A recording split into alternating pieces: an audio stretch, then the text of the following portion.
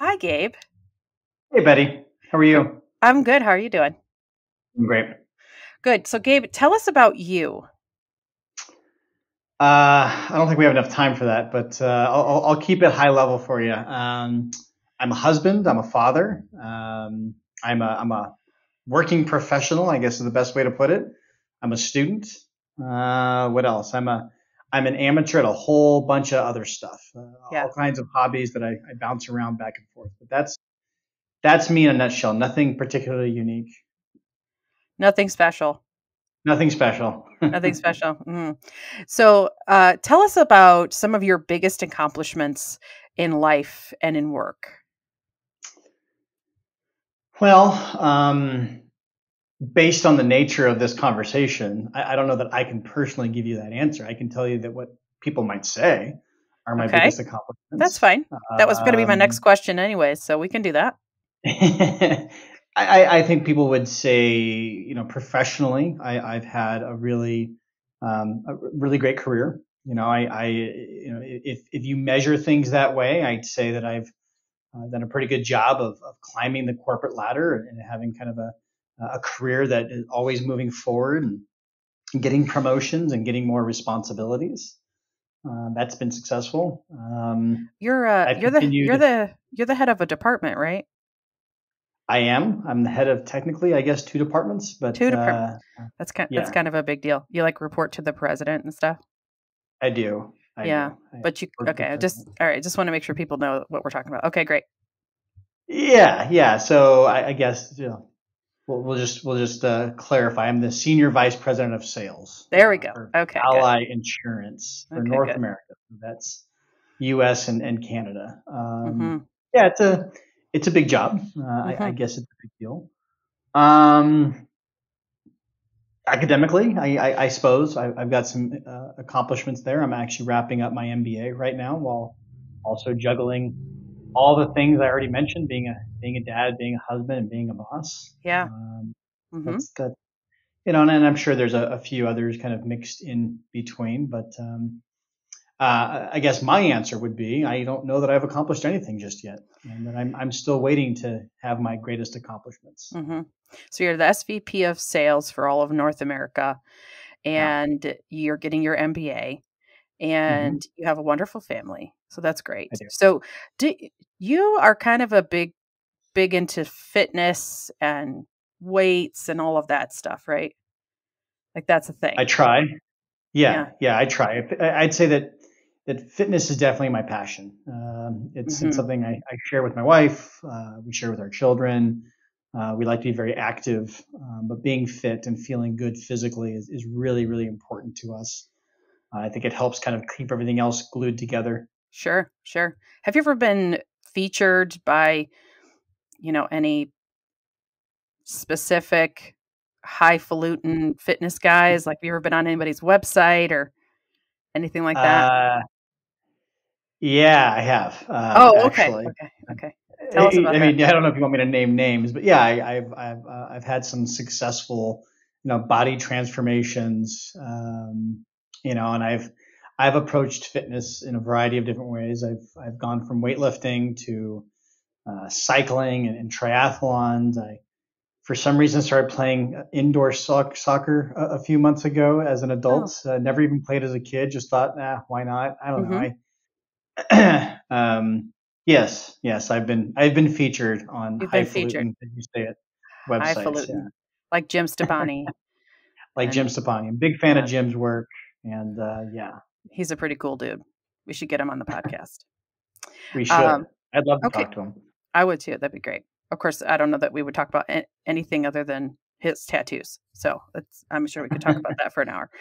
Um, yeah, okay, so then what would others say about you? You started to sort of say this, but, like, is there anything that others would say about you as far as your accomplishments, the things that you have really done well in your life?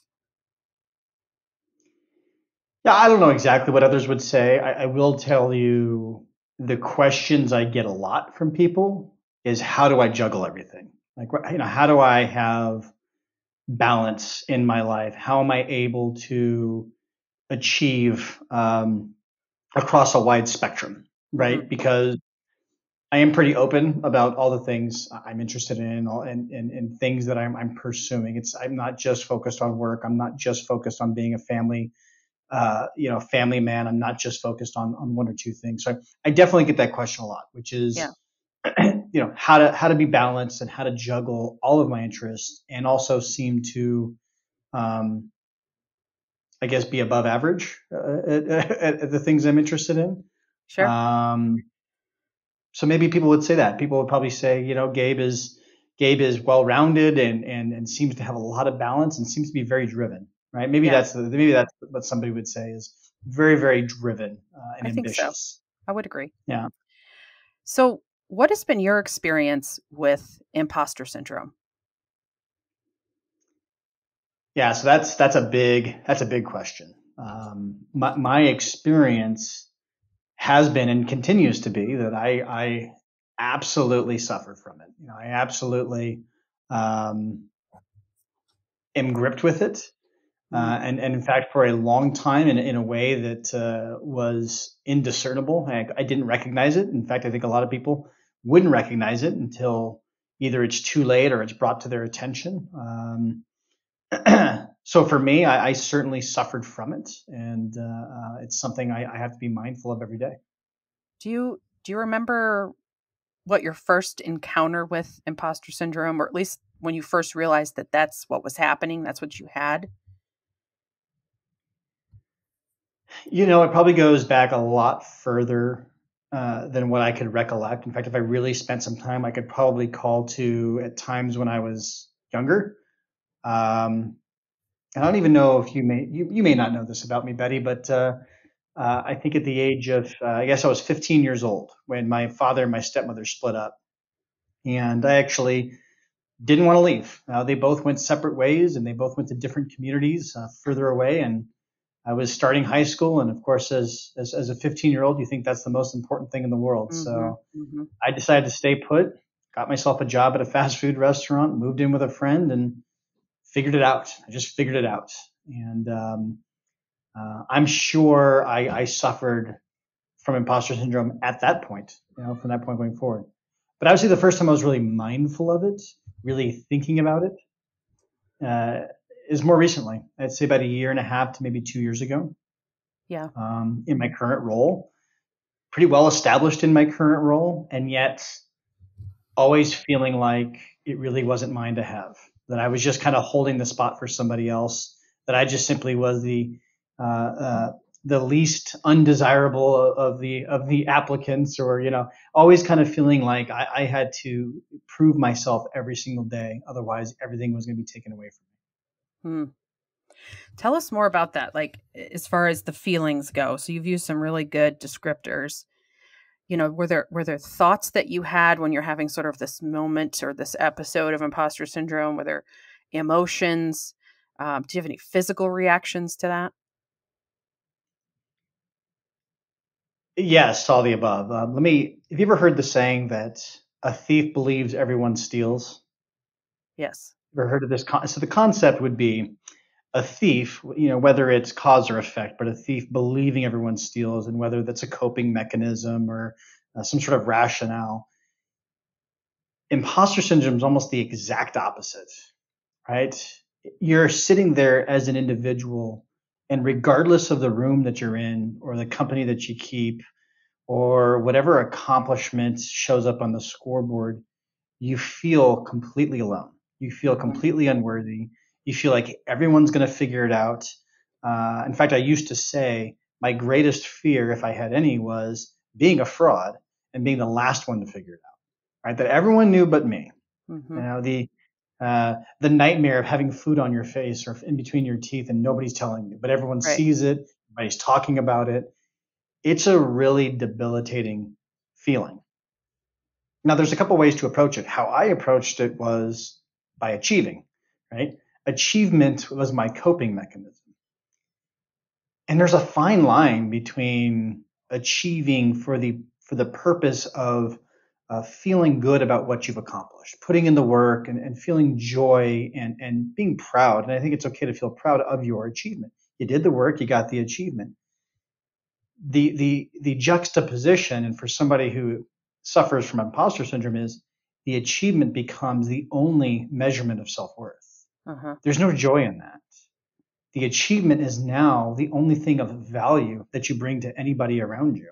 And the problem with that is it's almost like chasing a high where you can never actually get there, right? You can never accomplish enough. You can never be valuable enough, and you can never be worthy enough through achievement alone, because then everything that even resembles failure feels catastrophic. It feels like the end. Yeah. That's imposter syndrome. It's a feeling of isolation. It's a feeling of constant dread and a feeling of constant need to achieve. Otherwise, you are, in fact, worthless. Yeah. Can tell you've spent some time thinking about this and really sort of reflecting on what you've experienced and how you felt as you experienced it. Do you still struggle with imposter syndrome? Of course, I think I always will to some extent. I think it's always going to be there. I would say that I struggle with it far less, and just simply being aware of it and talking about it. In many cases, seeking professional help.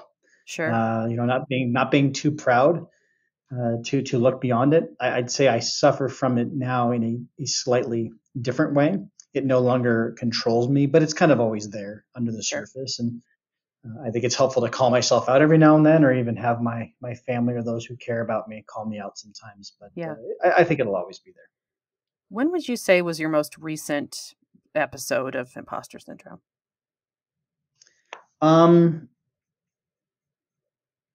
Gosh. I think going through this MBA program, right? I remember going to orientation and sitting in a room with all of these really impressive people and thinking, once again, I don't belong here. What am I doing here? They only accepted me because I was able to pay the tuition, right? I shouldn't be in this room with these really impressive working professionals. How on earth am I going to keep up? And what's interesting is it was about a year into the program, and I was in a group session, and I can recall some of the other students complaining about certain classes, talking about how they struggled with certain professors, certain exams. Maybe their grades weren't as good as they would have liked. And the funny thing is it was my own voice, right? I was listening to myself through their words, and also realizing that not only did I belong, but once again, I was achieving at a greater clip than maybe even some of my peers, and yet I didn't see myself that way. I saw myself as always behind, trying to catch up. Yeah. Yeah. So you mentioned earlier some coping mechanisms that you have put in place. So how do you cope? Like, what techniques have you put into practice? What do you do that helps make it better when you're feeling that way? Well, I do talk to somebody regularly, right? So I do have a therapist that I talk to. Which is great. I think everyone should have a therapist. I think it should be assigned to you. Just my personal thought.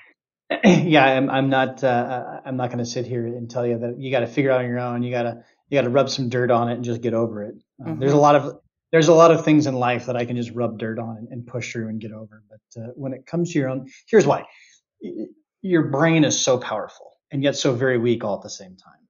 And when you're in a dark place, you can convince yourself of some of the most horrific things that, if you were in the right state of mind, would never make sense. Yep. And yet when you're in that moment, they make perfect sense. So my coping mechanism, a lot of it has to do with sharing it with the people who actually mean the most to me. When you ask me, who am I said, I'm a father and I'm a husband. I don't know that I would have given you that answer 2 years ago. You might have opened and say, who are you? And I might have said, I knew you 2 years ago. Yeah, I knew you 2 years ago. You wouldn't have not have given me that answer. I probably wouldn't have. No. Even though in my heart, that was always my driving force. In my mind, I thought, in order to be a great father and a great husband, I had to be great at my job. And I had to make money and achieve and make my family proud.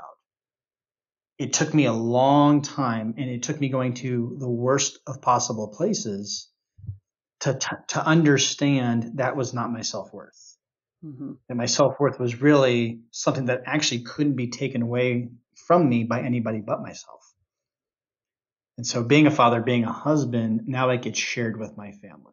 Yeah. Now, when I go to my son's baseball game, I don't lose my mind if my son doesn't perform well, because somehow that's a reflection on me amongst the other parents, right? Now Right. I just sit there and watch my son play baseball because I enjoy being there and watching him play baseball, because it's not about me.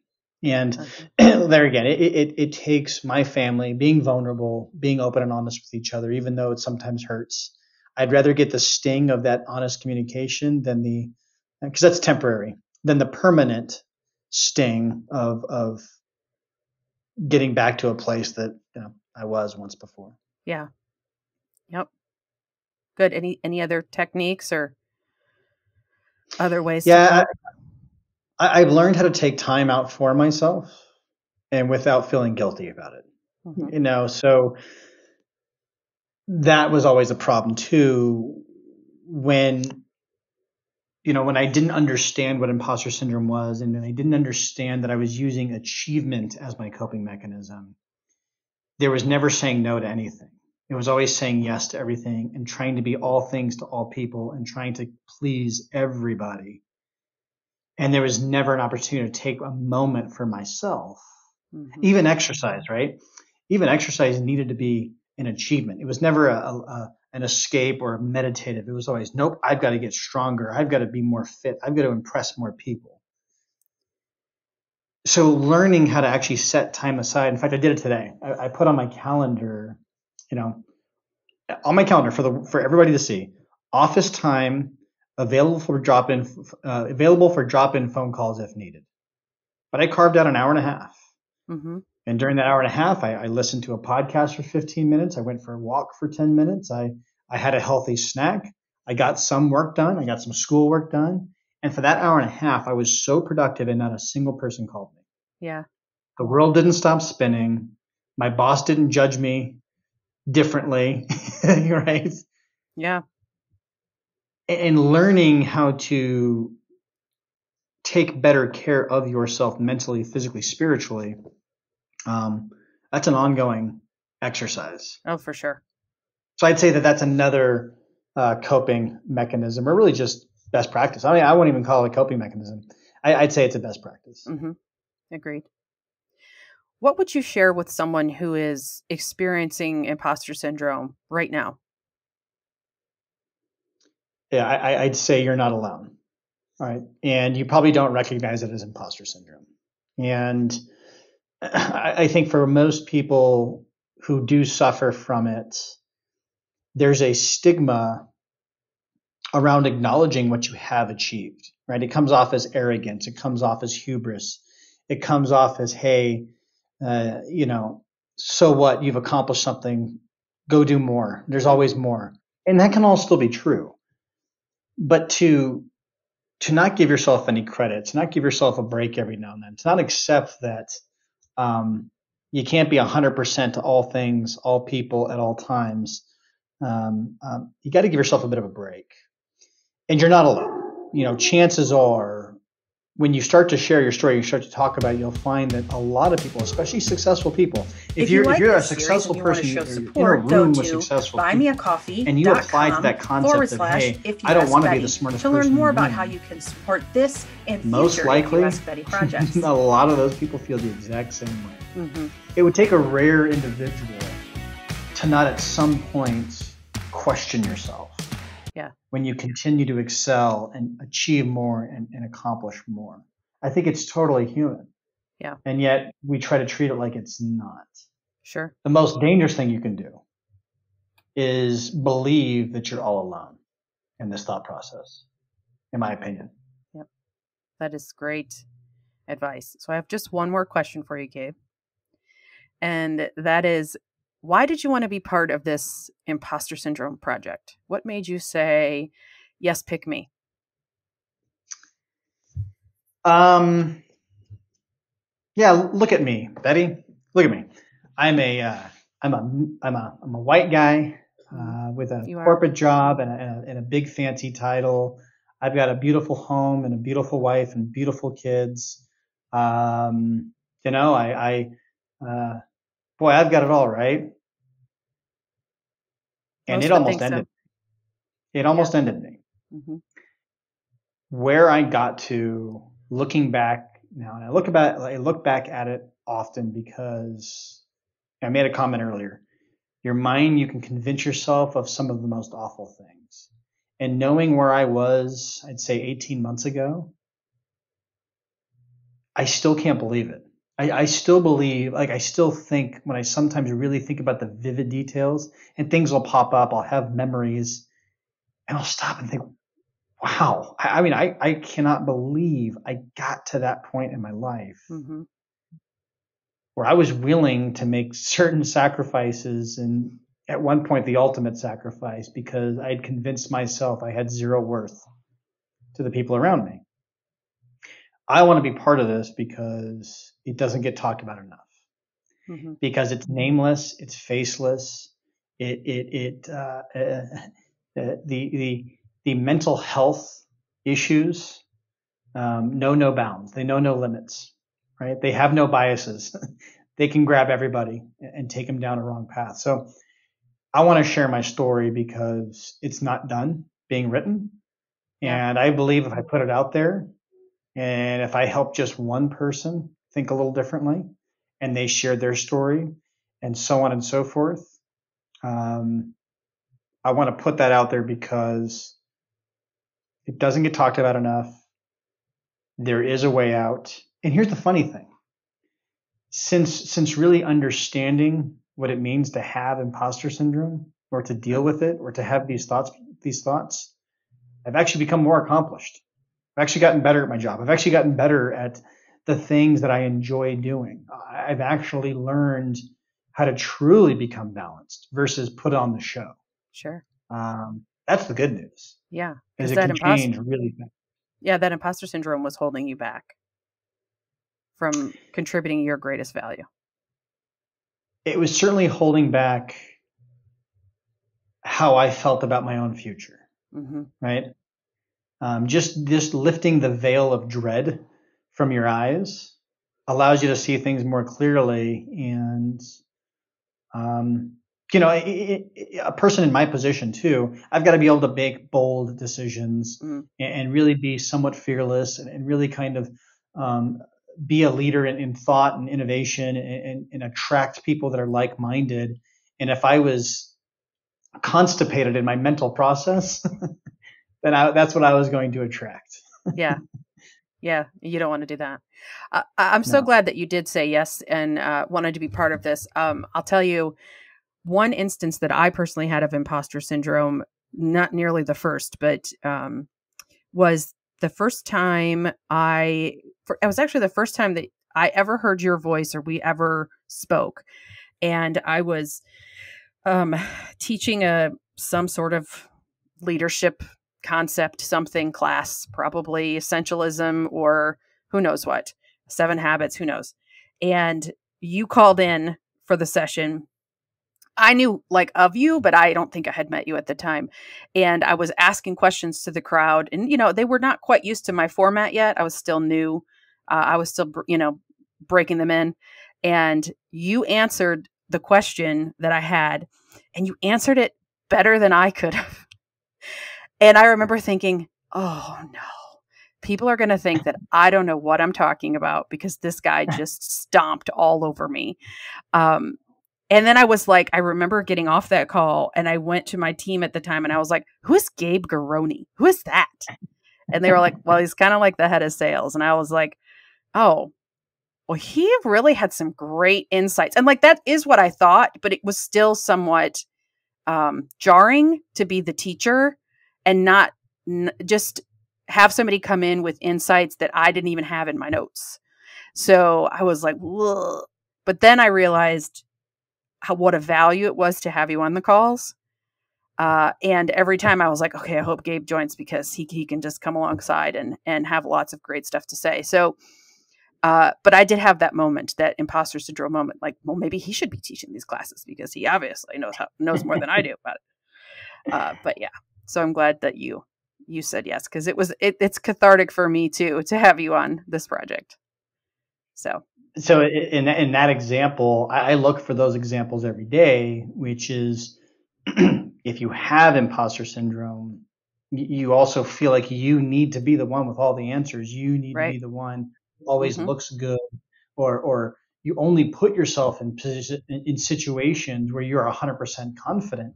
You kind of close yourself off to the possibilities to be taught and to learn more. And I'm more interested in the things I don't know about. And that's kind of what drives me. I don't know. I'll leave you with this. I get this question a lot too, especially right now as I'm finishing up my MBA. Well, what's next for you, Gabe? What's next in your career? What do you want to do next? And to a person, everybody who asks me that, I think they're looking for a specific title. They're looking for me to go somewhere else on the corporate flow chart. Well, I want to get to this position and this role and this. My answer is almost always the same. I said, well, anything that allows me to keep learning and keep experimenting and keep trying something new. And in fact, the things that put me in situations that are scary are most exciting to me.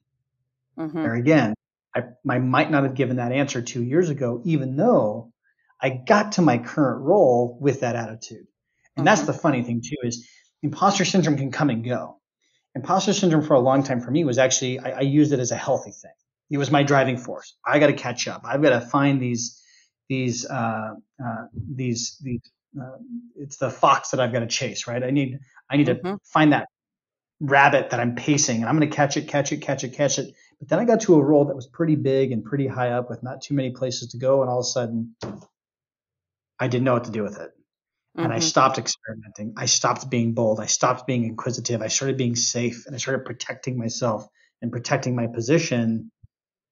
And ultimately that would have been my undoing. The irony is that's what would have been my undoing had I not gotten out of that cycle. Yeah. Yep. Exactly. Well, thank you so much. I really say that again. I said, I don't know if any of that makes sense. But, it does. It does. I get it. We get it. And we so appreciate your vulnerability and sharing your story with us today. So thank you, Gabe. Thank you for having me. If you like this series and you want to show support, go to buymeacoffee.com/ifyouaskbetty to learn more about how you can support this and future If You Ask Betty projects.